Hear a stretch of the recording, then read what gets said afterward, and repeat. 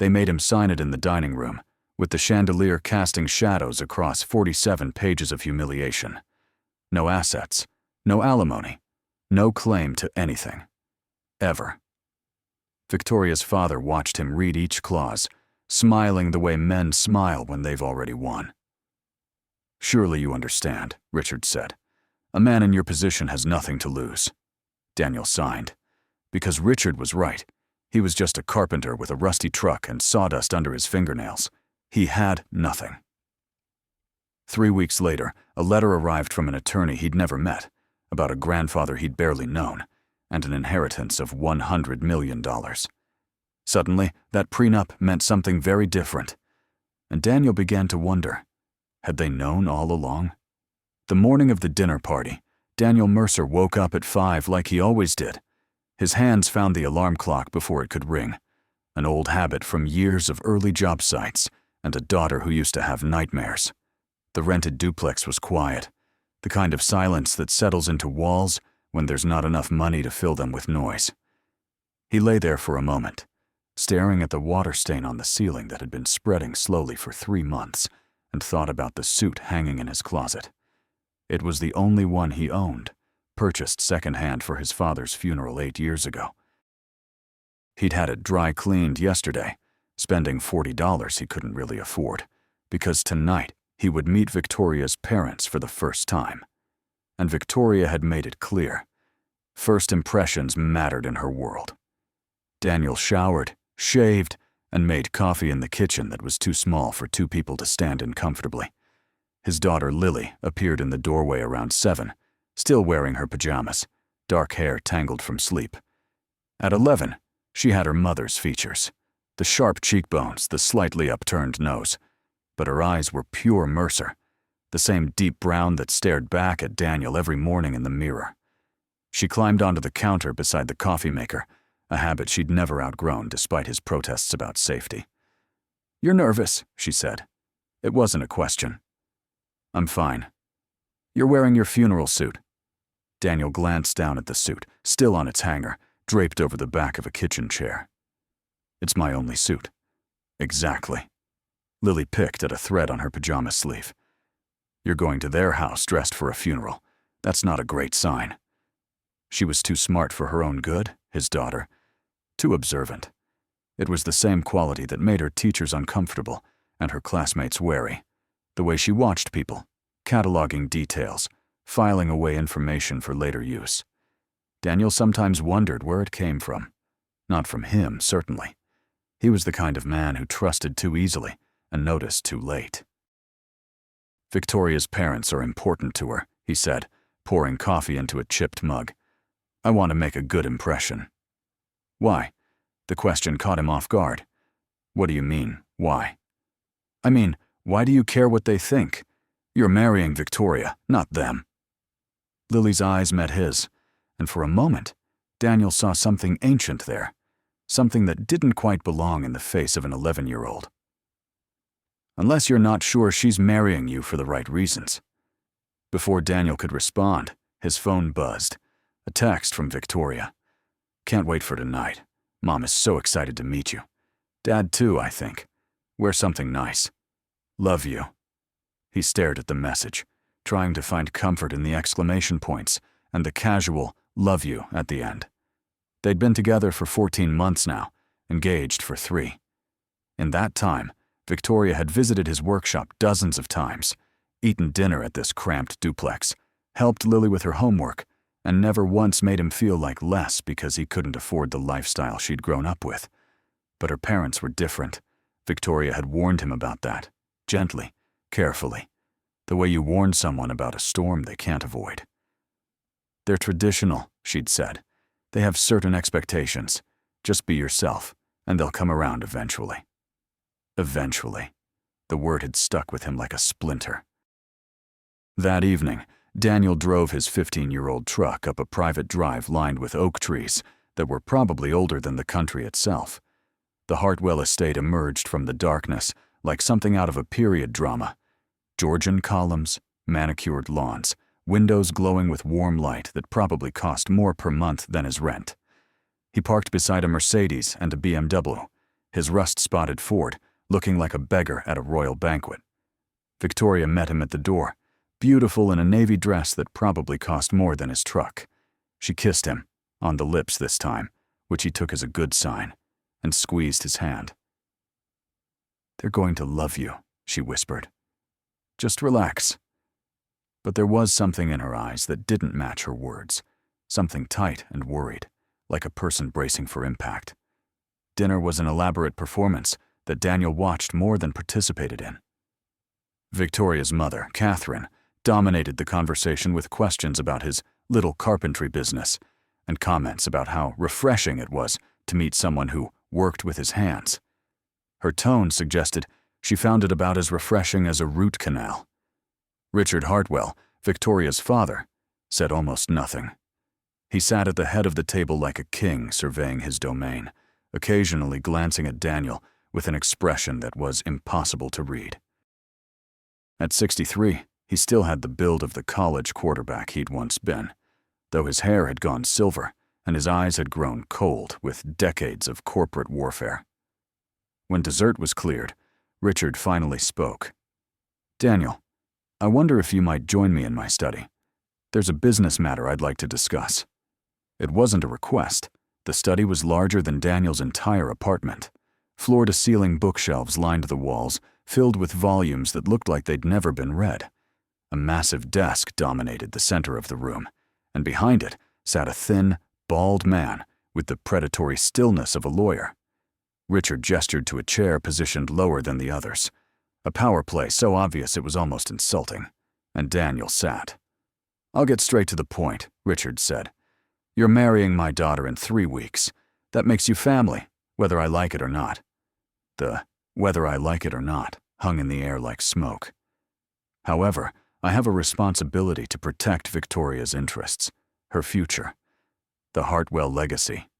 He slid a document across the desk, 47 pages, Daniel would later count. "A prenuptial agreement. I'm sure you understand." Daniel picked up the document, his hand steady despite the humiliation burning in his chest. He read slowly, carefully, the way his father had taught him to read contracts on job sites. The terms were brutal. In the event of divorce, Daniel would receive nothing.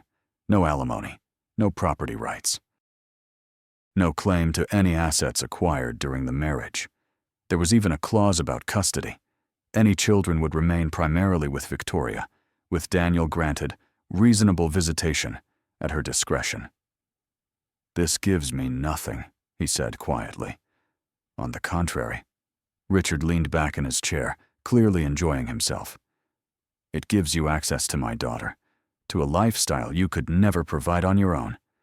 You get to stop being—" He waved a hand dismissively. "What is it you do again?" "I'm a carpenter." "Right. A carpenter." The word dripped with contempt. "Well, carpenter, you have a choice. Sign the agreement or the wedding is off. Victoria understands the necessity of protecting family assets. I trust you will, too." Daniel thought about walking out. He thought about telling Richard Hartwell exactly where he could put his 47 pages of legalized contempt. He thought about the look on Victoria's face when he'd arrived tonight, that tightness in her eyes, that worry she couldn't quite hide. She had known this was coming. Maybe she'd even tried to stop it and failed. Or maybe she hadn't tried at all. The doubt crept in like cold water, filling the spaces between his certainties. Did Victoria love him? He'd believed so, completely, until this moment. But sitting here, in this room full of wealth and power and casual cruelty, he wasn't sure of anything anymore. He picked up the pen, heavy silver, probably worth more than his monthly income, and signed his name on all 47 pages. "Excellent decision," Richard said, and smiled the way men smile when they've already won. Victoria was waiting in the hallway when he emerged, her face pale, her hands twisted together in front of her. "Daniel, I'm so sorry. I tried to talk him out of it, but he wouldn't listen. He's just protective, that's all. It doesn't mean anything." "It's fine," Daniel heard himself say. The words came out flat, mechanical. "I signed it." "You did?" Something flickered across her face. Relief, maybe. or something else he couldn't identify. I thought you might. I don't know. I thought you might be angry. What would be the point? He looked at her, really looked, trying to see past the beautiful face and the expensive dress to the woman underneath. I have nothing, Victoria. Your father made sure I knew that. The prenup just puts it in writing. She reached for his hand, but he was already walking toward the door. Behind him, he heard her call his name, heard the click of her heels on the marble floor as she hurried to catch up. He didn't slow down. He needed air.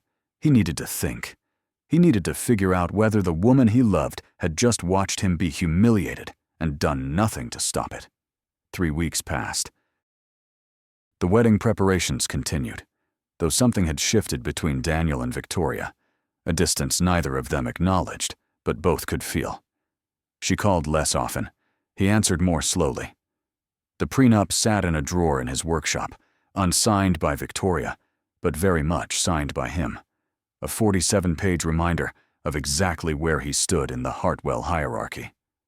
Then the letter arrived. It came on a Tuesday afternoon, delivered by a courier who required a signature and photo ID. The envelope was thick, cream-colored, with the return address of a law firm Daniel had never heard of. Harrison and Associates, Estate Planning and Administration. He almost threw it away, assuming it was junk mail or a scam. But something made him open it instead. Maybe the weight of the paper. Maybe the formal way his name was printed on the front. Inside was a letter that would change everything. Dear Mr. Mercer, it began. We regret to inform you of the passing of your grandfather, William Mercer, on the 15th of last month. As the executor of his estate, I am writing to notify you that you have been named as the sole beneficiary of his assets, totaling approximately $103 million. Daniel read the letter 3 times. Then he sat down on the floor of his workshop, surrounded by sawdust and half-finished cabinets, and read it again. His grandfather. A man he had met exactly twice in his entire life, once at his grandmother's funeral when he was 7, and once at a family reunion when he was 15. A man who had never sent birthday cards, never called, never acknowledged Daniel's existence in any meaningful way. A man who had, according to family whispers, disowned Daniel's father decades ago for reasons no one would explain. That man had left him everything. The questions came fast and relentless. Why him? Why not the cousins who had spent every holiday at the old man's estate? Why not Aunt Margaret, who had named her firstborn after him and spent years positioning herself as the obvious heir? Why Daniel, the forgotten grandson, the carpenter with the rusty truck and the rented duplex? He called the number listed in the letter. A secretary transferred him to Philip Harrison, the attorney handling the estate, who confirmed everything in a voice that was carefully neutral. Your grandfather was very specific in his instructions, Mr. Mercer. The entire estate goes to you, with no conditions and no restrictions. I can arrange a meeting at your earliest convenience to discuss the details. Did he say why? Daniel asked. Why me? A pause. Then, there's a letter he left for you. I think it might answer some of your questions. But Mr. Mercer, the attorney hesitated. I would advise discretion about this inheritance until the paperwork is finalized. There are other family members who may contest the will. It would be best to keep this private for now. That night, Daniel sat in his truck outside the duplex, staring at his phone. He should call Victoria. He should tell her that everything had changed, that he wasn't the poor carpenter her father had sneered at, that the prenup she'd watched him sign was now absurdly, comically irrelevant. But something held him back. The date on the letter. His grandfather had died on the 15th, 5 days before the dinner at the Hartwell estate. 5 days before Richard had presented him with 47 pages of humiliation, which meant the inheritance had existed when Daniel signed that prenup. He just hadn't known about it. But had someone else known? The thought was paranoid, ridiculous. How could the Hartwells possibly have known about an inheritance from a grandfather Daniel himself barely remembered? And yet, Victoria's interest in him had started 14 months ago at a charity gala he'd only attended because a client had given him tickets. She had approached him, beautiful and charming and inexplicably interested in a man who built cabinets for a living.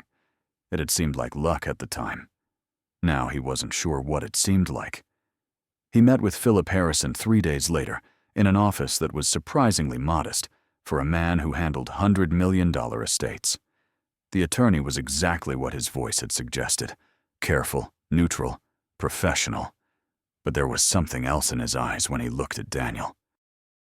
Something that might have been concern. "Before we discuss the details of the estate," Harrison said, "I need to give you this." He slid an envelope across the desk. Daniel's name was written on the front in handwriting he didn't recognize. "Your grandfather wrote it 6 months before his death. He was very insistent that you receive it personally, before anything else." Daniel opened the envelope with hands that weren't quite steady. The letter inside was short, barely a page, written in the same unfamiliar hand. "Daniel," it read, "you don't know me. That's my fault. One of many I'll never have the chance to make right. I won't waste your time with apologies or explanations. You've gotten this far without either, and you'll be fine without them now. I'm leaving you everything because you're the only one who never wanted it. The others have been circling for years, waiting for me to die, making plans I wasn't supposed to know about. Your Aunt Margaret has been particularly creative. She's been working with some people, business associates she calls them, who have plans for my money that I find objectionable. I've spent the last year investigating exactly how objectionable. What I found made me rewrite my will. You're not getting this money because I loved you, Daniel. I didn't know you well enough for that.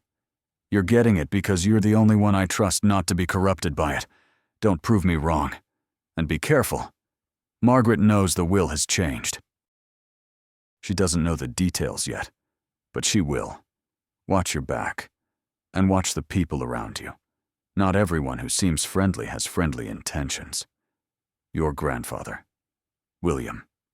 Daniel read the letter twice, his mind racing. His grandfather had known about Margaret's schemes, had specifically warned him about people with unfriendly intentions. "Mr. Harrison," he said slowly, "when exactly did my grandfather change his will?"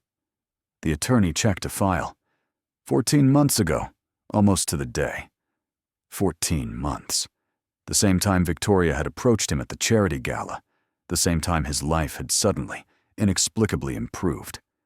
Coincidence, he told himself. It had to be coincidence. But the doubt had taken root now, spreading through his certainties like rot through wood. He needed to know the truth, and there was only one way to find it. The next 2 weeks were a masterclass in deception. Daniel continued playing the role of the oblivious fiancé, showing up to wedding preparations, smiling through dress rehearsals, pretending not to notice the way Richard watched him with barely concealed contempt. He told no one about the inheritance, not Victoria, not Lily, not anyone. Meanwhile, he was digging. Late nights spent in his workshop, laptop open, searching for connections between his grandfather's estate and the Hartwell family. Phone calls to private investigators who specialized in financial background checks. Careful questions to former employees of both families, asked casually, as if he were just making conversation. The picture that emerged was worse than he'd imagined. Richard Hartwell was broke, not struggling, not tightening his belt. Broke.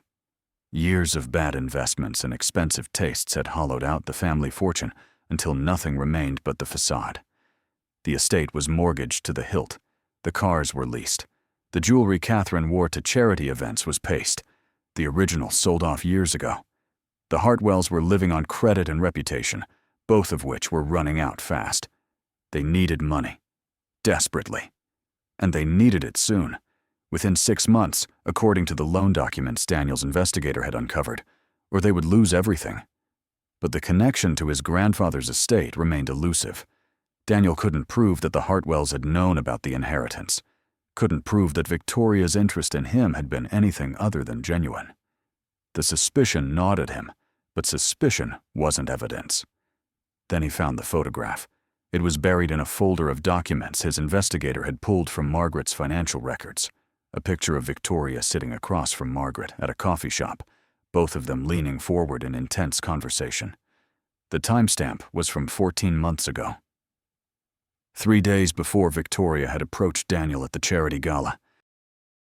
He stared at the photograph for a long time, feeling something inside him crack and shift, like ice breaking on a frozen lake. They had known. All of them. Margaret, Richard, possibly Victoria herself, had known about the inheritance before Daniel did. They had positioned Victoria to meet him, to charm him, to make him fall in love with her. The prenup wasn't about protecting Hartwell assets. It was about making sure that when Daniel's money became accessible through marriage, the Hartwells would control how it was spent. He had been targeted, hunted, caught. The question now was what to do about it. He could confront them. Walk into the Hartwell estate with the photograph and the financial records and watch their carefully constructed lies collapse. It would be satisfying, briefly, but it would also be pointless. Richard had lawyers, connections, decades of experience destroying people who got in his way. A confrontation would accomplish nothing except alerting them that Daniel knew the truth. No, he needed to be smarter than that. He needed to understand exactly how deep this conspiracy went before he made any moves. And most importantly, he needed to know Victoria's role in all of it. Was she a willing participant or another pawn in her father's game? The answer mattered more than he wanted it to. Despite everything, despite the lies and manipulation and the prenup designed to strip him of any power in the marriage, he still loved her. Or loved the woman he'd thought she was. 3 days before the wedding, Daniel received a text from an unknown number. Just 6 words. She knows, but she is trapped. He stared at the message, his heart pounding. Someone was watching. Someone who knew about the conspiracy but wasn't part of it, or at least wasn't loyal to it. He typed back, "Who is this?" No response. He tried calling the number. Disconnected. But the message stayed with him, turning over in his mind like a stone in a tumbler.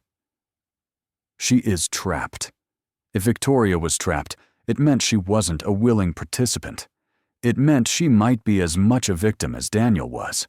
It also meant that confronting her might be exactly what whoever sent that message wanted him to do. The night before the wedding, Daniel asked Victoria to meet him at his workshop. He didn't explain why. He just said he needed to see her, alone, away from her parents, and the wedding planners, and the endless noise of preparation.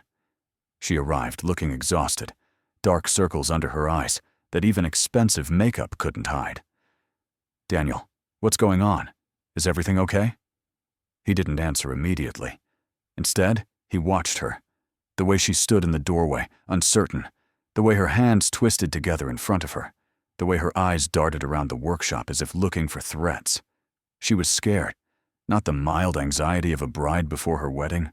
Real fear, bone deep and barely controlled. "I know about the inheritance," he said quietly. Victoria's face went white. "What?" "My grandfather's estate, $100 million. I found out 3 weeks ago, right after I signed your father's prenup." He pulled out the photograph of Victoria and Margaret, laid it on the workbench between them. "I also know about this. The meeting with my aunt, 14 months ago, 3 days before you accidentally met me at that charity gala." Victoria stared at the photograph like it was a snake that might bite her. Her mouth opened, closed, opened again. No words came out. "So here's what I need to know," Daniel continued, his voice steady despite the earthquake happening inside his chest. "Were you part of it from the beginning? Did you approach me knowing about the money, knowing your job was to make me fall in love with you so your family could access my inheritance?" The silence stretched between them, thick and suffocating. When Victoria finally spoke, her voice was barely a whisper. "Yes." The word hit him like a physical blow. He'd known, had suspected at least, but hearing her confirm it was different. Worse. "My father came to me 14 months ago," Victoria said, her eyes fixed on the floor. "He told me we were in trouble, that everything, the house, the cars, the life I'd grown up with, was about to disappear unless we found a solution. He said there was a man, a carpenter, who was about to inherit a fortune he didn't know about. All I had to do was make him fall in love with me, make him marry me. Then the money would be ours, and everything would be saved. She looked up, and Daniel saw tears streaming down her face. I said yes. I said yes because I was scared and desperate, and I didn't know what else to do. I met you at that gala ready to manipulate you, to use you, to do whatever it took to save my family. And then? Daniel's voice was cold. He couldn't help it. And then I actually met you. Victoria's laugh was bitter, broken. You were supposed to be a mark, a target, someone I could manipulate and discard when the job was done. But you were kind, Daniel. You were real. You looked at me like I was a person instead of a prize, and you played with your daughter like she was the most important thing in the world. And you built beautiful things with your hands, and never once made me feel like less because I couldn't do the same. She wiped her eyes with the back of her hand, smearing mascara across her cheek. I fell in love with you. Really, truly fell in love. And I've been trying to find a way out ever since. Daniel wanted to believe her. God, he wanted to believe her so badly it hurt. But trust, once broken, doesn't rebuild easily. The prenup, he said. Your father made me sign it after my grandfather died, after the inheritance existed. He knew, didn't he? He knew exactly what I was worth. Victoria nodded miserably. Margaret told him the day after your grandfather passed. He had the prenup drafted immediately, not to protect our assets, but to establish a legal framework for the marriage, so that when the money became available, there would be documentation showing you'd entered the marriage willingly, without coercion. And you let him do it. You stood there and watched me be humiliated and said nothing. I tried. Did you? His voice cracked. Did you really try, Victoria? Or did you just tell yourself you tried so you could live with what you were doing? She flinched, as if he'd struck her. Then, slowly, she reached into her purse and pulled out a thick manila envelope. I've been collecting this for 6 months, she said, placing it on the workbench. Emails between my father and Margaret. Financial records showing exactly how deep the conspiracy goes. Recorded conversations that would destroy both of them if they ever became public. Daniel stared at the envelope. Why? Because I was going to give it to you and disappear. Let you expose them, protect yourself, find someone who actually deserved you. She laughed again, that same bitter sound. But I'm a coward, Daniel. Every day I told myself tomorrow. Tomorrow I'll tell him. Tomorrow I'll do the right thing. And then tomorrow became 14 months. And here we are, the night before a wedding that never should have been planned. Daniel opened the envelope. Inside were dozens of documents, bank statements, emails, recorded transcripts, evidence of everything. But at the bottom, underneath all the proof of conspiracy and betrayal, was a photograph that made his blood freeze. It showed Lily sitting in a car with Margaret, both of them smiling at the camera. The timestamp was from 2 days ago. Where did this come from? His voice was barely a whisper. Victoria looked at the photograph, and her face went from pale to gray. I didn't put that there. Daniel, I swear, I've never seen that before. Before he could respond, the workshop door creaked open. Lily stood in the entrance, wearing her pajamas, her dark hair tangled from sleep. But there was nothing sleepy about her expression. Her eyes were sharp, calculating, fixed on Daniel, with an intensity that didn't belong on an 11-year-old's face. I put it there, Lily said. Hi, Dad. We need to talk. The world tilted. Daniel felt Victoria grip his arm, but he couldn't process her touch, couldn't process anything except the stranger wearing his daughter's face. Lily, what are you talking about? You were never going to figure it out on your own. She stepped into the workshop, her bare feet leaving prints in the sawdust. You're good at building things, Dad. Cabinets, furniture, a life from nothing. But you're terrible at seeing what's right in front of you. You always have been. I don't understand. No, you don't. Lily's voice was patient, almost kind, like a teacher explaining something to a slow student. Mom found me 2 years ago, showed up at school one day, Said she'd been watching me for months. She told me everything. About Margaret paying her to leave when I was 4. About Grandpa William's money. About how everyone was circling like vultures waiting for him to die. She said you were too proud to ever claim what was yours. Too stubborn. Too good. She said the last word like it was a disease. Your mother, Daniel said slowly, has been in contact with you for 2 years. She didn't leave because she stopped loving me, Dad. She left because Margaret paid her to. $100,000 to walk away and never come back. Lily's expression flickered, the first crack in her composure. Do you know what that's like? Finding out your mother was paid to abandon you. That your whole life has been shaped by someone else's greed? Lily, I didn't know. Of course you didn't. You were too busy being noble and poor and accepting whatever scraps people threw at you. Her voice hardened again. But Mom had a plan. We had a plan. Victoria's father wasn't the only one who knew about the inheritance. Mom found out from Margaret 6 months before anyone else. She's been positioning pieces ever since. Victoria stepped forward. Lily, whatever your mother told you. Shut up. The words came out like a slap. You don't get to talk. You're exactly what Mom said you'd be, a pretty puppet dancing on Daddy's strings. At least Margaret is honest about what she wants. She turned back to Daniel, pulling out a phone. Not the cheap flip phone he'd given her, but an expensive smartphone he'd never seen before. Here's what's going to happen. You're going to transfer the inheritance to a trust controlled by Mom. All of it. Tonight. And if I don't, then I release everything in that envelope to the press. Plus some things Victoria doesn't even know are in there. Recordings of her father discussing plans to have you declared mentally incompetent after the wedding, so they could control your assets directly. Prison time, Dad. For everyone, including your precious fiancé. Daniel stared at his daughter, trying to find the little girl who had climbed onto his workbench just that morning. She was gone. Or maybe she'd been gone for 2 years, replaced by this cold-eyed stranger, one conversation at a time. Why, Lily? Why would you do this? Because you never fought for anything. Her voice cracked, and suddenly she looked 11 again, hurt and angry, and desperate for something he hadn't known how to give. Mom left, and you just accepted it.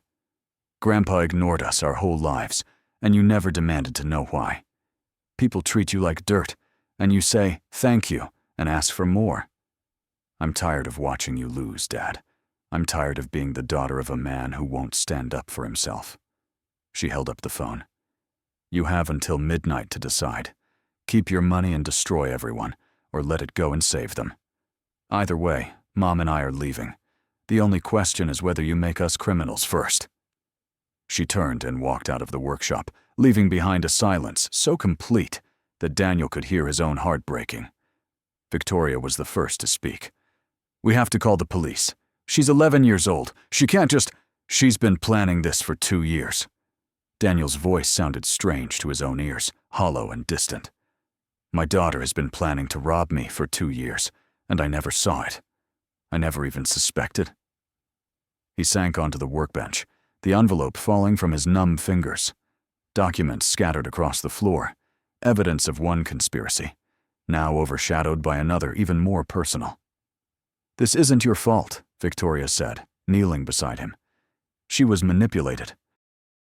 Her mother found a vulnerable child and turned her into a weapon. Did she, though? Daniel looked at Victoria, really looked at her, seeing the woman beneath the lies for perhaps the first time. Or did Lily just inherit the worst parts of both her parents? My stubbornness, her mother's coldness, the ability to watch and wait and strike when no one's expecting it. The hours that followed were a blur of phone calls and desperate planning. Philip Harrison, the estate attorney, arrived within the hour, his face grim as he reviewed the situation. The legal options were limited. Lily was a minor, which complicated everything, and her mother was apparently very good at staying invisible. The transfer can be blocked, Harrison said, checking his watch. We have 4 hours, but the evidence your daughter has, if it goes public, several people face serious legal consequences. He glanced at Victoria. Including, potentially, You. Victoria sat in the corner of the workshop, arms wrapped around herself like she was trying to hold her pieces together. I'll turn myself in, if that's what it takes. No one's turning themselves in. Daniel stood, walking to the window that overlooked the empty driveway. Somewhere out there, his daughter was waiting for him to choose. Money or people, wealth or relationships, the fortune he'd never wanted, or the wreckage of everything he'd tried to build. There's another option, Harrison said carefully. Your grandfather's will includes a contingency clause. If you refuse the inheritance entirely, it doesn't go to the next of kin. It goes to a charitable foundation, the Mercer Education Trust. Your grandfather established it decades ago. Refuse the inheritance, Daniel repeated slowly. Walk away from $100 million. It would neutralize your daughter's leverage. No money to transfer, no inheritance to fight over. The evidence she has becomes meaningless. Who cares about a scheme to steal money that no longer exists? Victoria looked up, something like hope flickering in her exhausted eyes. But you'd have nothing. You'd be right back where you started. Daniel thought about that. Back to the rusty truck and the rented duplex and the workshop full of sawdust. Back to being the poor carpenter, the single dad, the man Richard Hartwell had sneered at across that mahogany desk. But he'd also be free. Free of the conspiracy. Free of the weight of money he'd never earned and never wanted. Free to build his life again, this time on a foundation of his own choosing. Call it in, he said to Harrison. Refuse the inheritance. All of it. Victoria stood. Daniel, are you sure? That's $100 million. You could fight this, hire lawyers, find your daughter and what? He turned to face her. Drag Lily through courts? Turn my 11-year-old into a criminal? Spend years fighting over money that's already destroyed everyone it's touched? He shook his head. My grandfather was right about one thing, that fortune corrupts everyone who gets near it. My aunt, your father, my ex-wife, even my daughter. The only way to stop it is to let it go. He crossed the workshop, stopping in front of Victoria. The question is what happens next, between us. She met his eyes, and he saw the fear there, not of him, but of herself, of what she'd done, of what she might never be able to make right. I don't deserve you, she whispered. Probably not, he agreed. But I'm not asking if you deserve me. I'm asking if you want to try anyway. Start over. Build something real. The wedding didn't happen. Not the next day. Not in the cathedral with 300 guests and an ice sculpture that may or may not have been gauche. The invitations were canceled, the deposits forfeited, the elaborate plans dismantled piece by piece. Richard Hartwell declared bankruptcy 2 months later. The estate was sold to a developer who tore down the Georgian mansion and built condominiums in its place. Catherine moved to a small apartment in the city and reportedly took up watercolor painting. She never spoke to Victoria again. Margaret disappeared. Investigators traced her to an airport in Chicago, then to a flight to Buenos Aires, and then the trail went cold. The money she'd stolen over the years, from Daniel's grandfather, from various family accounts, had been carefully hidden in offshore accounts for decades. She had always planned to run. Lily had simply given her a reason to do it sooner, and Lily herself vanished with her mother. Not dramatically, not with threats or confrontations, but quietly. A note left on Daniel's workbench the night of the deadline, written in handwriting he had taught her himself. Dad, it read, I'm going with Mom. Don't look for us. You won't find her anyway. She's been hiding from people like Margaret her whole life. I know you think I hate you, but I don't. I just wanted you to be stronger. I wanted you to fight for something, for once. But you gave up the money instead. You gave it all up like it was nothing. I don't understand that. I don't think I ever will. Maybe someday I'll come back and you can explain it to me. Maybe someday I'll be old enough to understand why being poor and good is supposed to be better than being rich and free. But not today. Today, I'm angry. Today, I'm leaving. I'm sorry. Or maybe I'm not. I don't know anymore. Lily. Daniel read the note 17 times before Victoria gently took it from his hands and put it away. He had failed his daughter, not in the obvious ways, not in the ways that showed on the surface. He had provided for her, protected her, loved her with everything he had. But somewhere along the line, he had also made her feel invisible, made her feel like she had to burn everything down just to get his attention. The therapist he started seeing 3 months later had a term for it: emotional unavailability. The same walls Daniel had built to survive his mother's abandonment and his father's death had made him unreachable to the one person who needed him most. He was learning to tear them down now. Slowly, painfully, one brick at a time. Victoria stayed, not as his wife, not as part of the elaborate future they had constructed on a foundation of lies, but as something more fragile and more real. She rented an apartment 3 blocks from his workshop, took a job at a nonprofit helping families in crisis. They saw each other twice a week for coffee, then 3 times, then every day. Starting over, building something honest on the ruins of everything false. One evening in late autumn, almost a year after the night that changed everything, Victoria arrived at the workshop with a small box in her hands. "I found this in storage," she said. "My father kept it hidden for years. I think it belonged to your grandfather." Inside was a photograph Daniel had never seen. His grandfather, as a young man, standing beside a woman who looked remarkably like Daniel's mother. On the back, in faded ink, "To my son. I'm sorry I wasn't brave enough. Maybe someday you'll understand." Daniel stared at the photograph for a long time. His grandfather had secrets, too. Regrets. Things he'd been too afraid to face while he was alive. The inheritance hadn't been about money at all. It had been about redemption, a dying man's attempt to make right what he'd broken decades ago. By giving everything to the grandson he'd never acknowledged, William Mercer had been trying to say something he couldn't put into words. "I see you. I'm sorry. You deserved better than the silence I gave you. It didn't fix anything. The money was gone, the family was scattered, and Daniel's daughter was somewhere in the world learning to hate him for choices he'd made trying to protect her. But it was something, a piece of a puzzle he might spend the rest of his life assembling." "I've been thinking," Victoria said, watching him with eyes that had once hidden so much and now hid nothing at all, "about what comes next." "And?" "I want to marry you." Daniel looked up, surprised. "After everything. Because of everything." She took his hand, her grip firm and steady. "I spent my whole life being what other people wanted me to be. My father's perfect daughter, your convenient target, a chess piece on someone else's board. But you're the only person who ever made me want to be myself, even when myself was someone who had lied to you, even when myself was someone who didn't deserve a second chance." She smiled, and it was the most honest expression he had ever seen on her face. "I want to marry you, Daniel Mercer.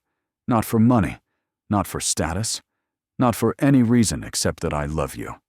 And I hope, you might love me too." Daniel thought about his daughter, somewhere out there in the world with a mother who had taught her that love was a transaction. He thought about his grandfather, who had spent a lifetime running from the family he had created. He thought about all the ways people fail each other, betray each other, break each other, and all the ways they find their way back despite everything. "Yes," he said, "but I have one condition." "Anything." "No prenup." Victoria laughed, a real laugh, the kind that crinkled her eyes and made her look like the woman he had fallen in love with before he knew anything was wrong. "Deal."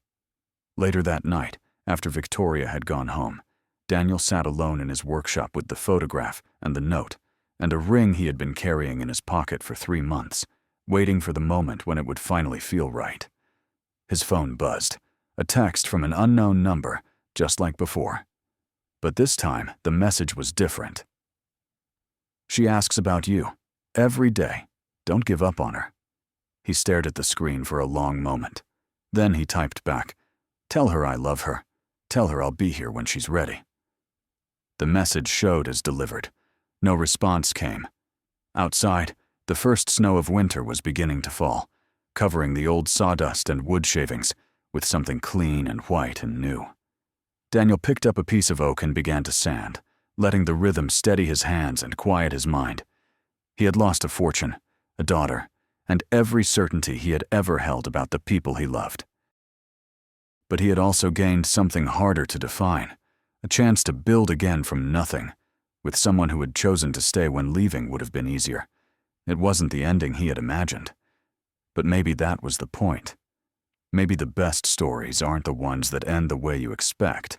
They're the ones that teach you to keep building, even when everything falls apart. Even when the people you love disappoint you. Even when the only thing left is sawdust and silence and the stubborn hope that tomorrow might be different. Daniel kept sanding. The snow kept falling. And somewhere out there, his daughter was asking about him. It wasn't enough, but it was a start.